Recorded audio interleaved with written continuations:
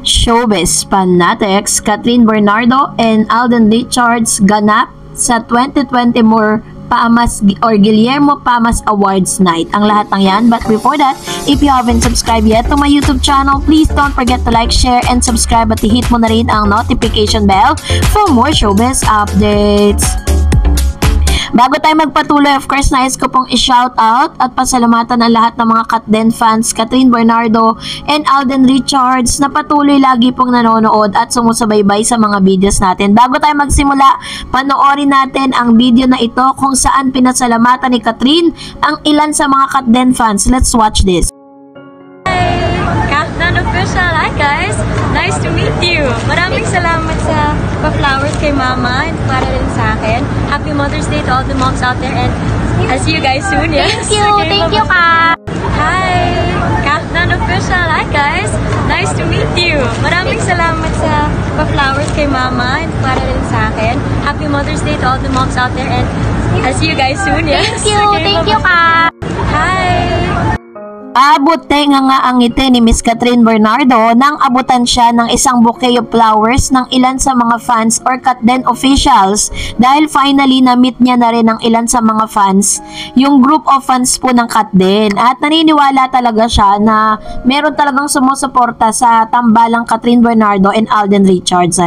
So sa gabi ng parangal kung saan ito po ay pinarangalan si Catherine Bernardo and Alden Richards bilang isa sa mga king and queen ng all time, no? Sila po yung talaga may pinakamataas sa Filipino Academy of Movie Arts and Entertainment FAMAS release its nominees or yung kanila pong or dun sa Guillermo, no? Awards para po kay Alden Richards at kay Miss Catherine Bernardo, kung saan talagang nakita natin yung suporta ng ilang mga fans at mga journalists. Grabe po yung mga journalists na nandun, yung mga media, kung paano po pinagkaguluhan na talagang kada kibot at kada galaw nitong si Catherine at Alden Richards ay doon talaga nakatutok.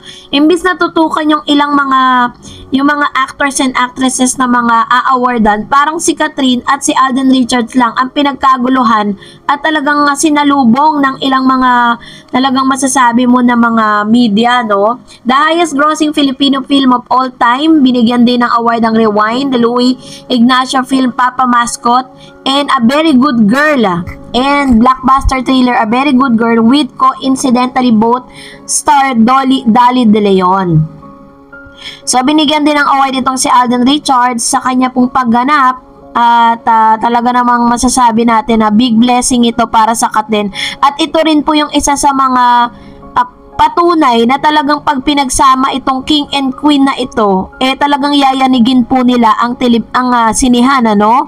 At talagang ang dami po, no? Sa ngayon po, according po sa mga online news and sa mga source, na talagang ang dami pong offer para kay Catherine Bernardo and Alden Richards. It just so happen na marami pong mga nauna na nag-offer ng kanilang individual na mga gagawing pelikula at gagawing yung kanilang mga projects this year 2024. Pero syempre, katulad ng ilan, kinilig din po ang ilang mga Katden fans kasi pinagtabi po si Catherine Bernardo and Alden Richards doon mismo sa upuan.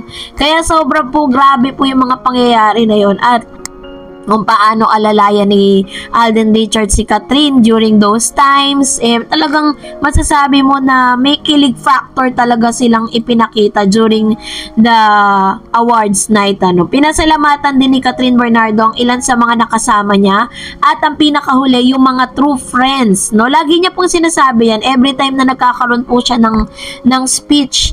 Lagi niya pong hindi nakakalimutang pasalamatan yung mga totoong kaibigan niya na talagang na-discover niya during the time sa talagang nandun siya sa madilim, pinakamasakit na pangyayari sa buhay niya. Kaya naman, on our team, congratulations to Catherine Bernardo and Alden Richards, and finally, na-meet na rin po ni Miss Catherine yung Katden fans, no?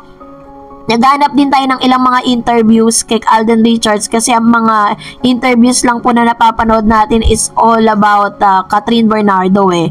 And doon po sa paglabas si Catherine doon sa theater, hindi natin nakita na magkasama silang dalawa kasi malamang yan pagkakaguluhan talaga sila. Hindi nga halos makapasok si Catherine doon po sa van niya dahil ang dami pong nag-aabang na mga press people sa labas para matanong itong si Catherine Bernardo at syempre ma-interview na rin. Syempre nga naman ma-interview mo ang isa sa pinakasikat na actress no ng ABS-CBN, talaga namang big blessing yun para sa lahat. Kaya naman congratulations to Catherine and Alden Richards dahil deserve po nila ang lahat ng mga blessing na natatanggap nila ngayon from our Lord Jesus Christ of course, and syempre sa lahat ng mga effort na ginagawa nilang dalawa. So saan kaya sila nag-date after?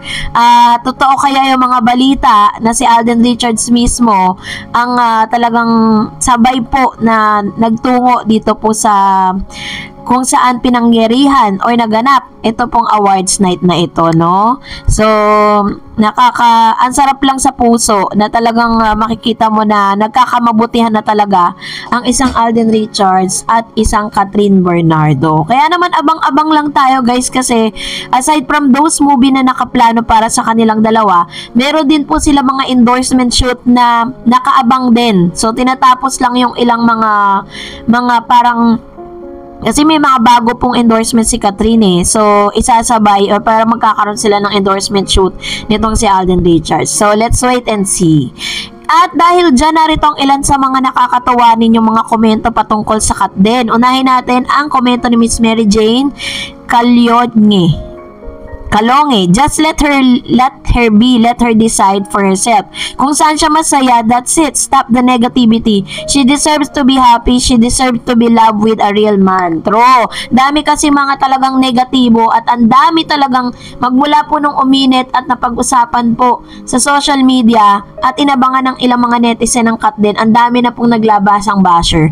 Di natin alam. Ganun talaga. 'Di ba? Pag nasa showbiz ka, di mawawala. Yung sabi nga, even the kindest person in the universe, may bashers. Kaya expected na po yan ni Alden Richards and Miss Catherine Bernardo.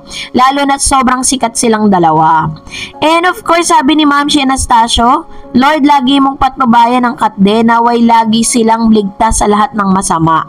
Sabi naman ni Ma'am si Teresita, Alden is just being cautious and respectful. Alden has the right to do so. Let's just pray for them. Okay, tama naman.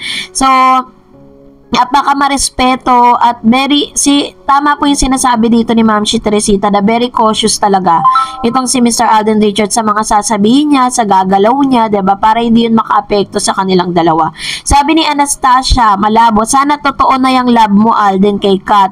Di namin gusto pang masaktan ulit si Kat. Love ng million fans si Catherine. Totoo naman. Kasi syempre parang hindi na deserve ni Miss Catherine Bernardo na makaranas ulit ng panibagong traumatizing relationship. Sabi pa ng isa, Teopila Lintag, enjoy lang muna tayo sa Katden. Wag muna tayo umasa na sila forever. But in God's will, hope someday sila na nga forever at magkatuluyan. Na sobrang perfect couple ang Katden. Love you both Katden. Ayan. So, ilan lamang ito sa mga supportive na mga supporters ng Katden, of course. Sa lahat ng mga talaga namang umaasa at talagang sumasaya. Meron pa nga tayo nababasa dyan, mga senior na talaga sila, as in yung kanilang stress reliever ay ang Katden, diba? Sana mas marami pa silang pagsamahan ng mga movies, yung mga masasayang moments nila, diba? Na para ma-post natin at mapanood po ninyo dito sa ating channel. Kaya tutok lang po kayo dahil mas marami pang pasabog ang Katden. Lalo na't ngayon, nakita natin kung gaano sila ka-giving, no? So, ano pong inyong saloobin patungkol dito? Comment down below. And that's it for today. For more videos and updates, please don't forget to like and subscribe. And please don't forget to follow my Facebook page, Dar Eds TV. God bless everyone!